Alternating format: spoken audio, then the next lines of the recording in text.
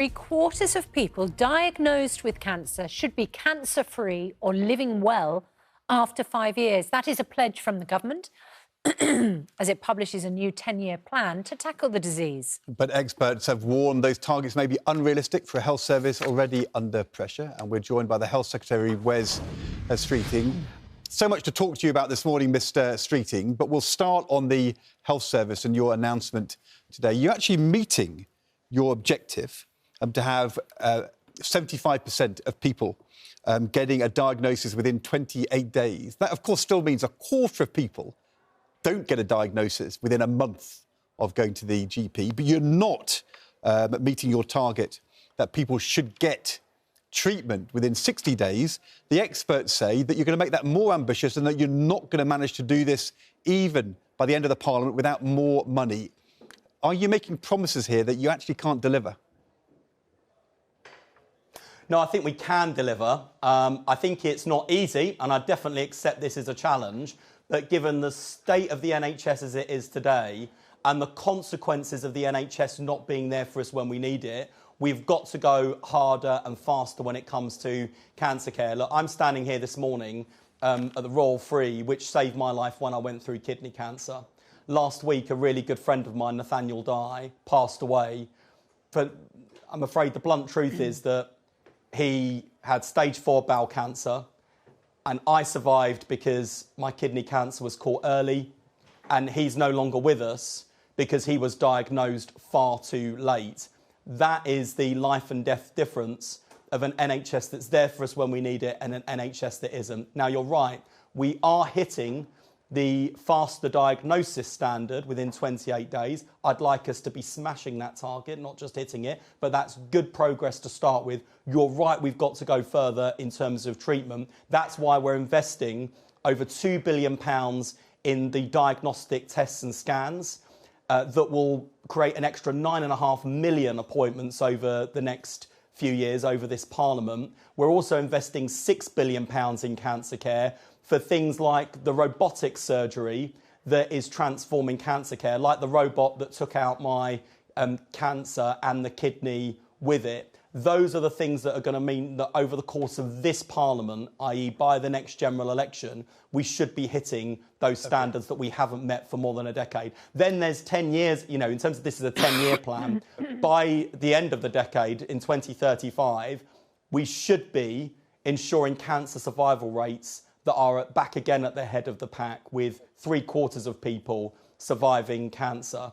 That, again, is a big shift, but one of the things that excites me in this area is the science. We're not just getting new diagnostics and new treatment technology.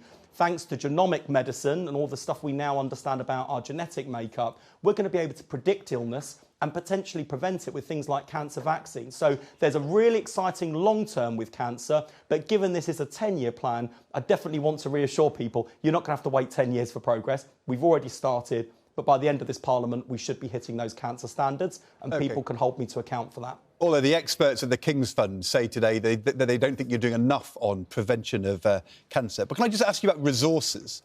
Because the FT reports today that your deal with the Trump administration to pay more for medicines to American pharmaceutical companies is going to cost an extra £1 billion over the next 3 years. So that is money which could be treating cancer, is now going to American drug companies in this deal with Donald Trump. And I thought that money was going to come from the Treasury, extra money to finance that growth deal.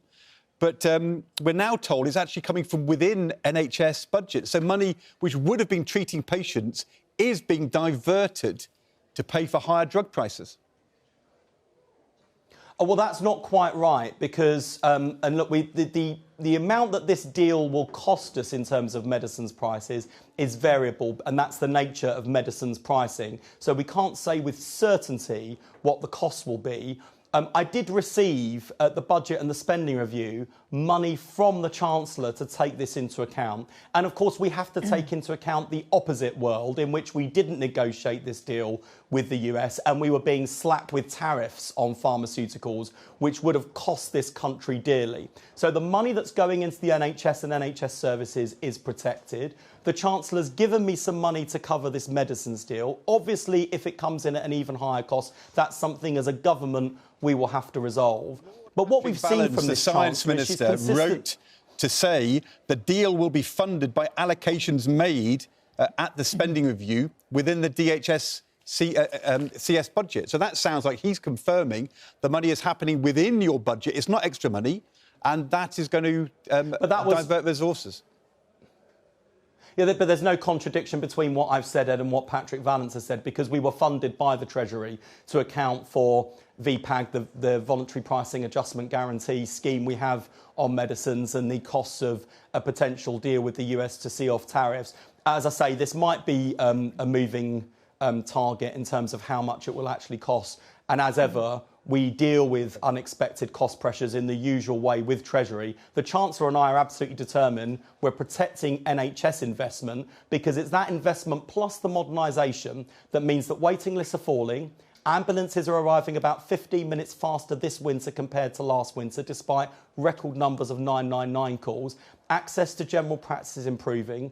But, and I'd be the first to say, and it is such an important point for me to say to your viewers, on every one of those things I've just mentioned, where things are beginning to move in the right direction, I would be the first to say that there is so much more to do. As I have seen firsthand, walking around the corridors with the trolleys or talking to patients who've not been able to get a GP appointment, there is so much more to do. We're making progress. It's important people know that. So we've got some confidence and optimism and hope in our country that things are and will be getting better.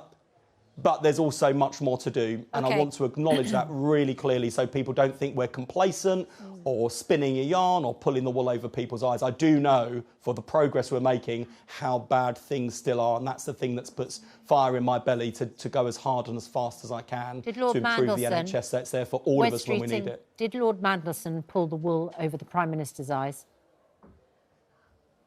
Yes, bluntly. And that's why he was sacked as ambassador when the first tranche of Epstein files was released. But what we've seen this week is just further betrayal. And I think we can now say confidently, because it's there in black and white, that Peter Mandelson has betrayed two prime ministers.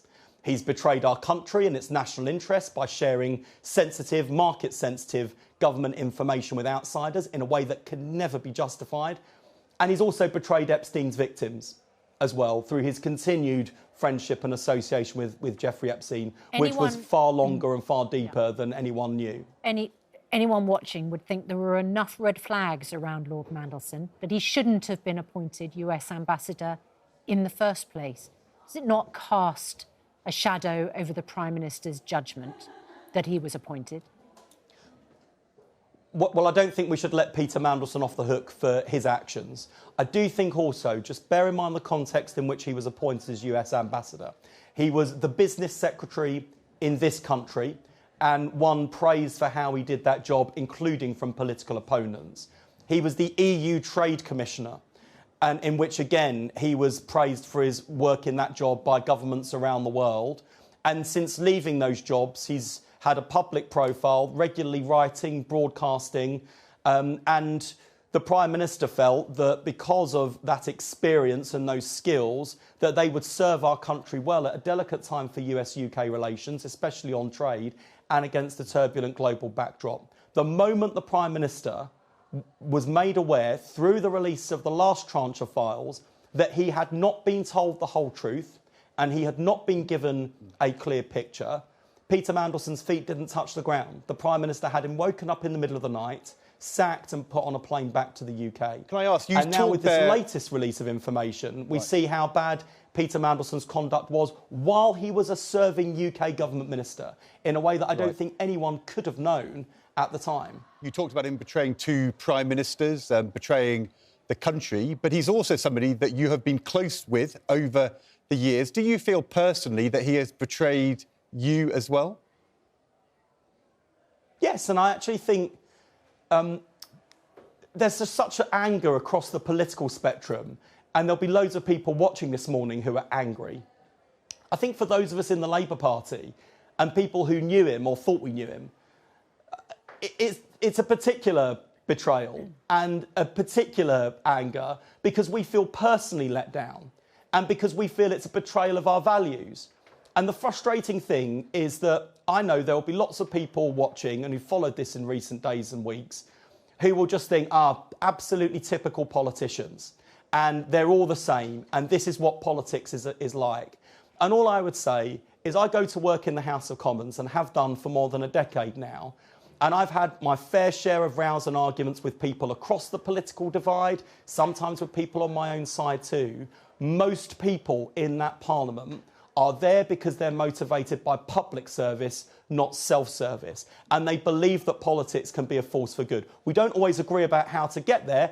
That's what democracy and debate is about. That's what elections are all about. But most people are there because they've got honourable intentions and motives. And so we all feel, as politicians, that anger, because we know that as it stands, we are about as popular in this country, in fact, less popular in this country than traffic wardens and estate agents. And things like this only make that reputation worse. And that is so frustrating at a time when I do think we are making a difference. I do think that politics can be a force for good. For example, yesterday, I was really proud that we announced that Children's Cancer Travel Fund, because that wouldn't have happened without those families campaigning. And I'm really proud we were able to make it happen. That's what politics as a force for good is all about. I'm proud of the National Cancer Plan today and deeply frustrated that that is being clouded and overshadowed because you are, and I'm not criticising, rightly asking questions about Peter Mandelson. But it's frustrating because I know that politics can be a force for good. I know that's not how people in our country are feeling at the moment. And this Mandelson business only confirms people's worst fears about politics and politicians. And that is so frustrating when I believe so strongly that we are not all the same. And most people in politics are decent people trying to do good by our country. Wes Streeting, House Secretary, thanks very much indeed.